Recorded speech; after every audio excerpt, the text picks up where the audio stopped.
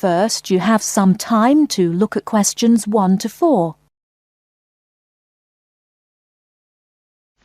Hello there, you must be Jane. Please come in. My name is Mrs. Dunstan. Hello, Mrs. Dunstan. Pleased to meet you. All right now, let's see. Now, you're interested in attending university in Canada, is that right? Yes, and I have a lot of questions to ask you. Okay, but before I begin to answer your questions, I need to ask you a few questions first. Now, your major is... Engineering. Mechanical engineering. Right, and where did you graduate? I graduated from the Beijing Institute of Machinery in July 1998. I completed my bachelor's degree. Okay, now, I'm assuming you'll want to continue studying in that field, am I right? Actually, I'd prefer to do an MBA if possible. But if I have no other choice, then I'll continue in mechanical engineering. Okay, now, are you familiar with the requirements for an MBA degree? Yes. Now listen and answer questions 5 to 10. I think I need to do well on the GMAT, and I'll definitely need the TOEFL or Ielts, right? That's right. You'll need at least 600 on the TOEFL or 6.5 on Ielts. In addition, you need to have completed a bachelor's degree too. Did you take the GMAT yet? No, but I plan to take it in August. The requirements for a master's degree in engineering are a little different. You'll need to take the GRE and of course the TOEFL or Ielts. I see. And when do I start to apply? The best time to start the application process is in November or December of the year prior to your intended year of study. Application forms are usually available in September or October. Which schools in Canada offer the MBA degree? Of the approximately 50 universities in Canada, 20 offer an MBA. Here's a small booklet summarising Canadian university programs. You'll find all the information on page 22. Great. Thanks. And how about tuition and scholarships? Tuition for MBA programs has been steadily increasing. Some universities now charge the full tuition, meaning that there is no government subsidy. Those universities cost about $10,000 per year, and it's a 2-year program. Other universities are still government subsidised, so the tuition is only about $4,500 per year. In terms of scholarships, usually the top 5 students entering the MBA program are given a generous scholarship. All other students have to pay the full fees. International students have to pay the full tuition. That's $10,000 per year. Oh. Is it very difficult to get into an MBA program? Yes. In fact, the competition is very strong.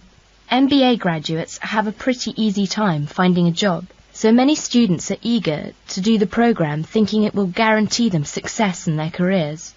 Well, it sure does sound like an excellent way to start a promising future. What is the school year like? Classes begin in September each year and finish before Christmas. They resume after New Year and finish at the end of April. And after April?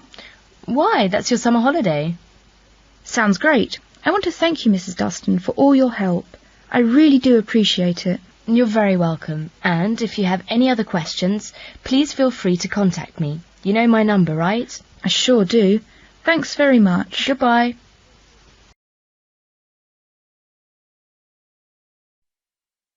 Listen carefully. Hi, Howard. I haven't seen you for a while. Hi, Joanne. Yeah, they're keeping us really busy on the postgraduate programme. But how are you? You'll be starting your dissertation soon, won't you? Yeah, tutorials start next week. I've got Dr. Peterson. You'll remember it all from last year, of course. It's not something you forget easily. Oh.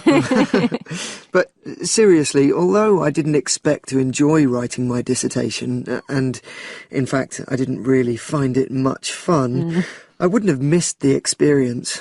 I found it really improved my understanding of the whole degree programme, you know, from the first year on. Right.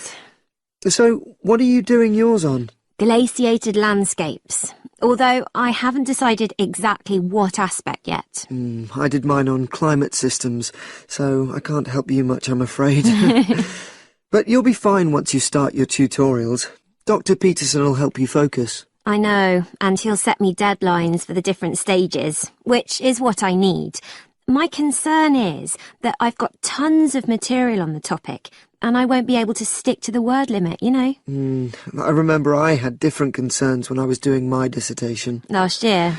Yeah, before my first tutorial, I did a lot of fairly general reading because I hadn't fixed on my topic at that stage. I actually enjoyed that quite a lot and really improved my reading speed, you know, so I was getting through a lot of material. I was frightened I wouldn't remember it all, though, so I got into the habit of making very detailed notes. So, did you find your tutor helpful in getting you started? Yeah, we certainly had some interesting discussions, but it's funny, I saw a brilliant programme about climate change, and it was that really fired me up. It was talking about some recent research which seemed to contradict some of the articles I'd been reading.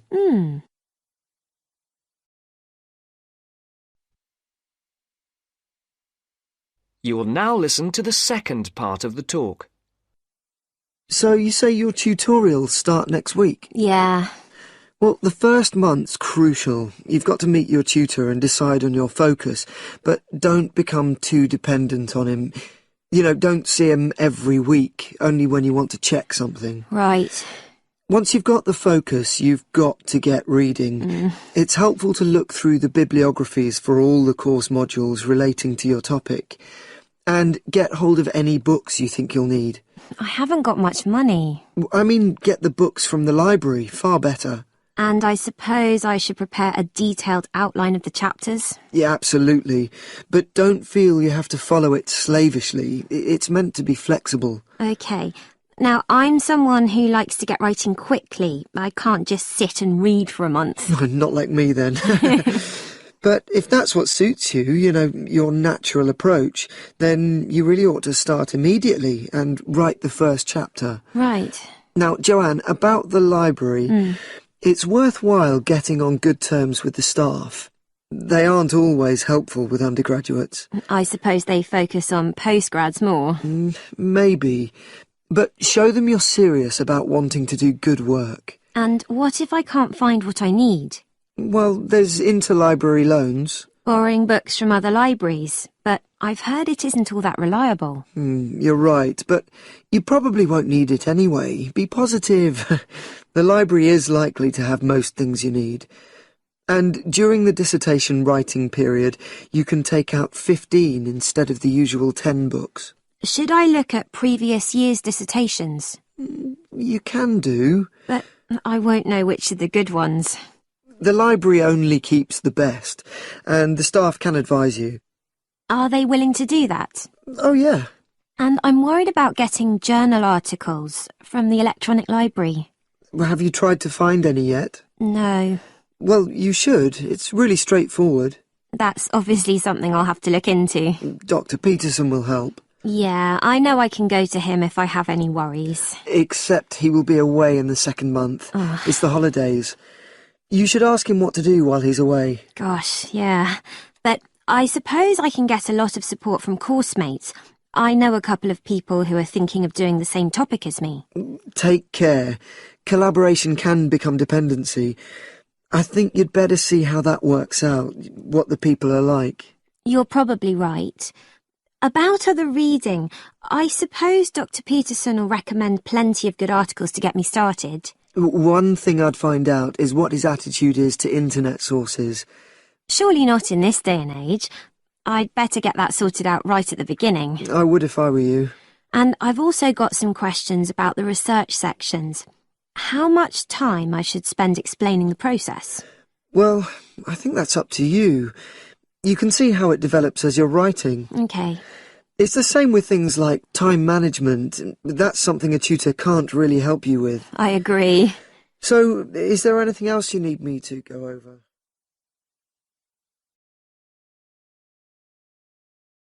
Now listen carefully and answer questions 21 to 25.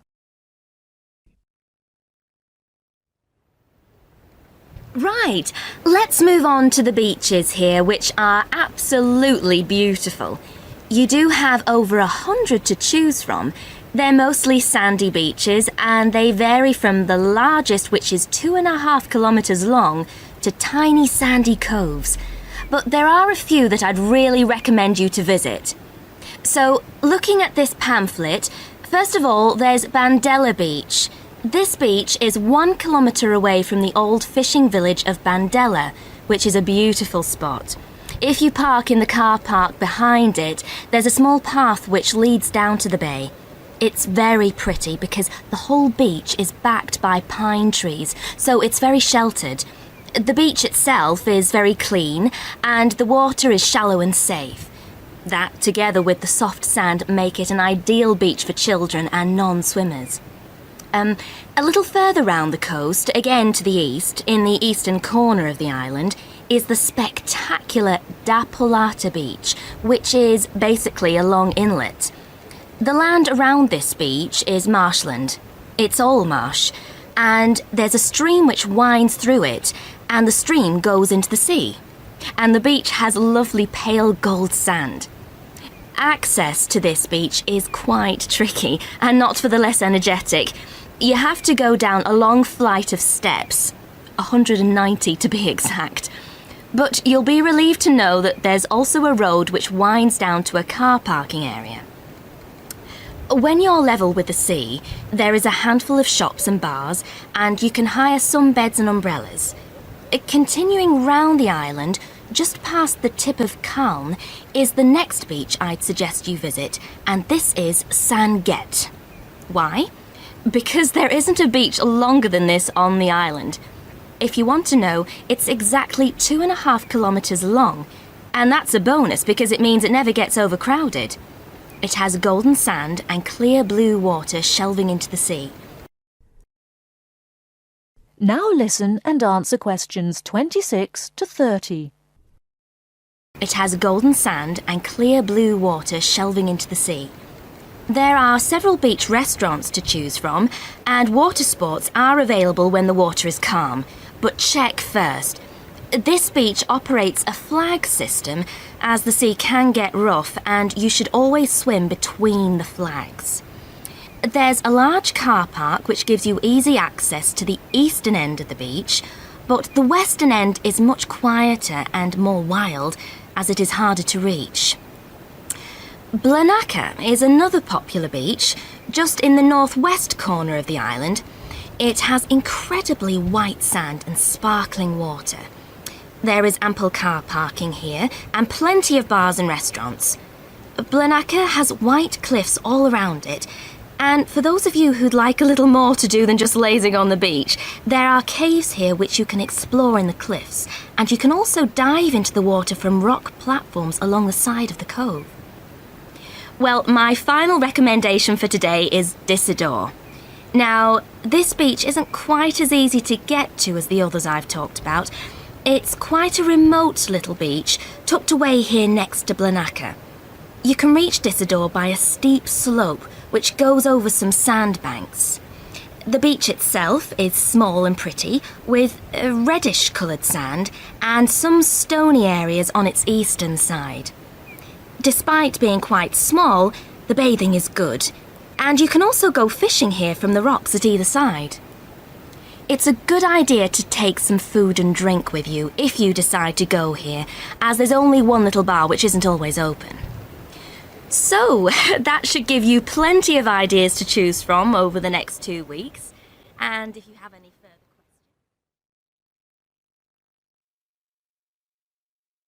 questions... Now listen carefully and answer questions 31 to 40. Lake Acraman in South Australia is Armageddon for the purist. No other meteorite impact on Earth has stamped the surrounding rocks with such an abiding, unequivocal geological record of collision, earthquake, wind, fire and tsunami, the giant waves formed by major Earth movements. The story it tells is elemental, without dying dinosaurs or even Bruce Willis to complicate its simple message of destruction. First, the numbers. About 590 million years ago, a rocky meteorite more than 4 kilometres across and travelling at around 90,000 kilometres an hour, slammed into an area of red volcanic rock about 430 kilometres northwest of Adelaide. Within seconds, the meteorite vaporised in a ball of fire, carving out a crater about 4 kilometres deep and 40 kilometres in diameter, and spawning earthquakes fierce enough to raise 100-metre-high tsunamis in a shallow sea 300 kilometres away. Ancient, stable and unglaciated, the bedrock of Australia preserves some of the most photogenic impact craters in the world. Acraman is not one of them. 500 million years of erosion has taken its toll. A salt pan surrounded by low hills is all that remains to mark the site of the cataclysm. The true nature of the place dawned on geologist George Williams of Adelaide University in 1979. Gazing at a sheaf of newly acquired satellite images, he saw the small circular shape of Lake Acraman surrounded by a ring of faults and low scarps 40 kilometres across, and an outer ring twice this size. A year later, he made it to the site. On islands near the centre of the lake, Williams found bedrock shattered in a conical pattern that experts consider a sure sign of a meteorite impact. Except for a crater, which had long since eroded, the area was a textbook example of an impact site. In 1985, further intriguing evidence turned up. Vic Gostin, another Adelaide geologist, had been studying a thin band of fragmented red volcanic rock in 600-million-year-old shale in the Flinders Ranges, more than 300 kilometres east of Acraman. To his bewilderment, the volcanic chunks turned out to be 1 billion years older than the shale. Where had they come from? Comparing samples, Gostin and Williams found that their rocks were identical. The red rock in the Flinders Ranges had been blasted there from Acraman. Later, the same material turned up at sites 500 kilometres from Acraman.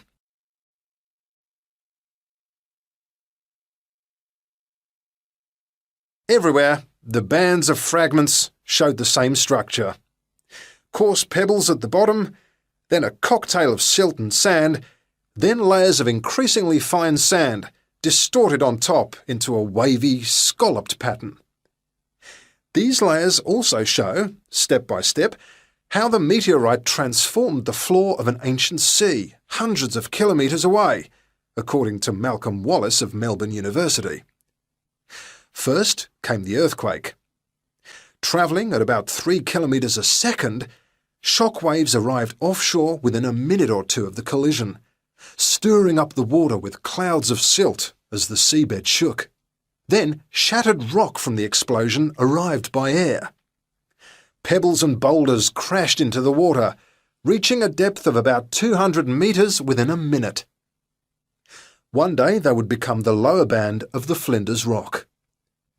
Sand took up to an hour to come to rest, finally bedding down with the silt that was also now settling on the sea floor as the effects of the earthquake died away. This mixture would eventually form the next layer. About an hour after the meteorite's impact, huge waves rolled in, leaving the ripples on the surface that later hardened into rock. Clear as mud is not an oxymoron. In Acraman, the arid, timeless Australian outback has preserved the closest thing the earth can boast to a perfect pockmark, the pinnacle of imperfection. You now have half a minute to check your answers.